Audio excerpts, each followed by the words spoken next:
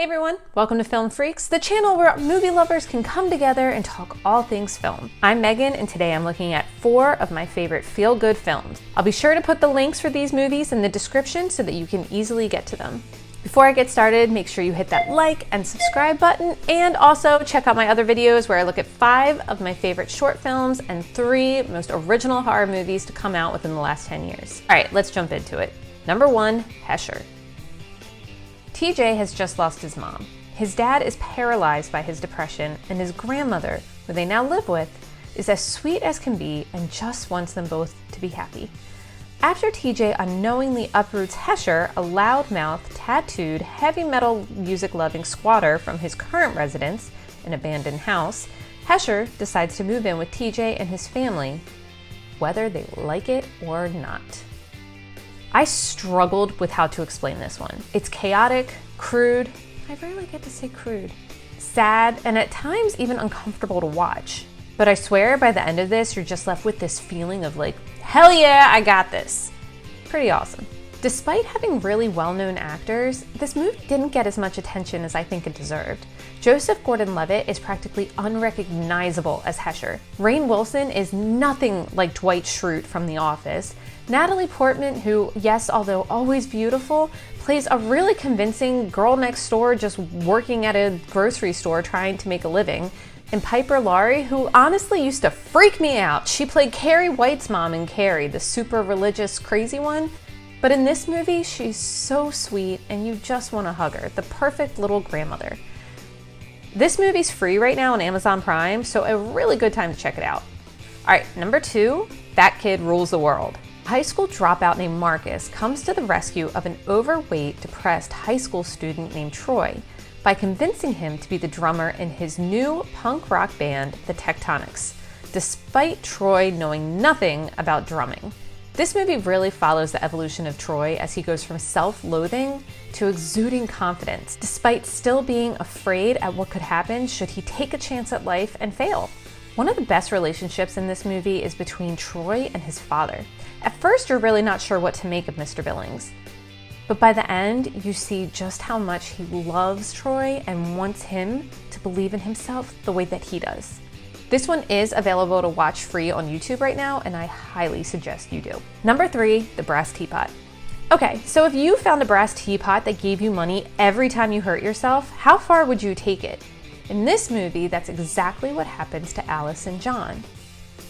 A newlywed couple who just can't seem to catch a financial break end up making more money than they ever thought possible. And the only catch? They have to hurt themselves.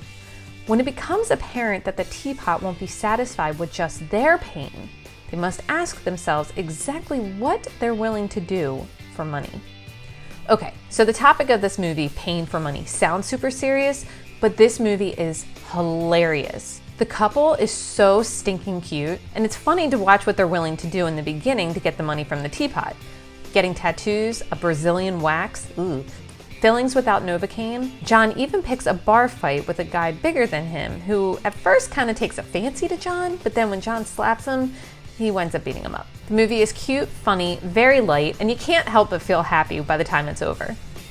Fun fact about this one, the director, Rama Mosley, and screenwriter Tim Macy first developed this into a comic book before making it a feature film. All right, number 4, and yes, I always save my favorites for last, The Way, Way Back. The movie begins with Duncan traveling to the beach with his mom, her asshole boyfriend Trent, and his daughter. While his mom sleeps in the front seat, Trent asks Duncan to rate himself on a scale from 1 to 10. Duncan tells him he thinks he's a 7, and Trent dismisses that and tells him he's a 3. That interaction alone sets the tone of the film, as the audience watches the shy, unpopular Duncan come into his own after he begins working at Water Whiz, the local water park, and befriends Owen, the funny, outgoing manager. This film is so good. The connection between Owen, played by Sam Rockwell, and Duncan, played by Liam James, is so heartwarming and just the complete opposite of Duncan's relationship with Trey, played by Steve Carell. Yes, the lovable Steve Carell actually plays a jerk extremely well. Watching Duncan come out of his shell from breakdancing in front of a bunch of kids to finally standing up to his mom's boyfriend almost leaves you with a sense of pride.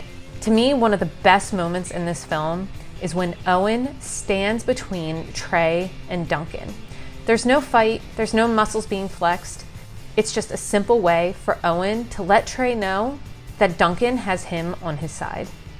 Interesting fact about this one, Jim Rash, who plays Lewis, the park employee who keeps trying to get away only to keep coming back, also co-wrote and directed this movie. He said the opening scene with Trey and Duncan, where Trey asked Duncan to rate himself, is inspired by a similar situation between him and his own stepfather when he was younger.